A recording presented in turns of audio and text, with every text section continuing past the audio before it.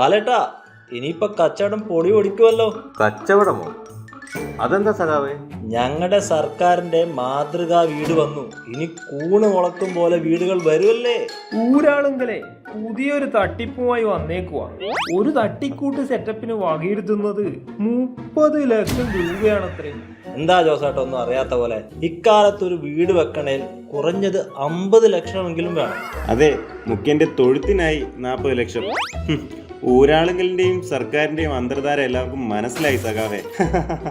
എന്നിട്ട് എനിക്ക് തന്നത് സർക്കാർ 4 ലക്ഷത്തിന്റെ ലൈഫ്. അതിന് നോക്കുകൂലിയായി പാതി നിങ്ങൾ കൊണ്ടുപോയില്ലേ?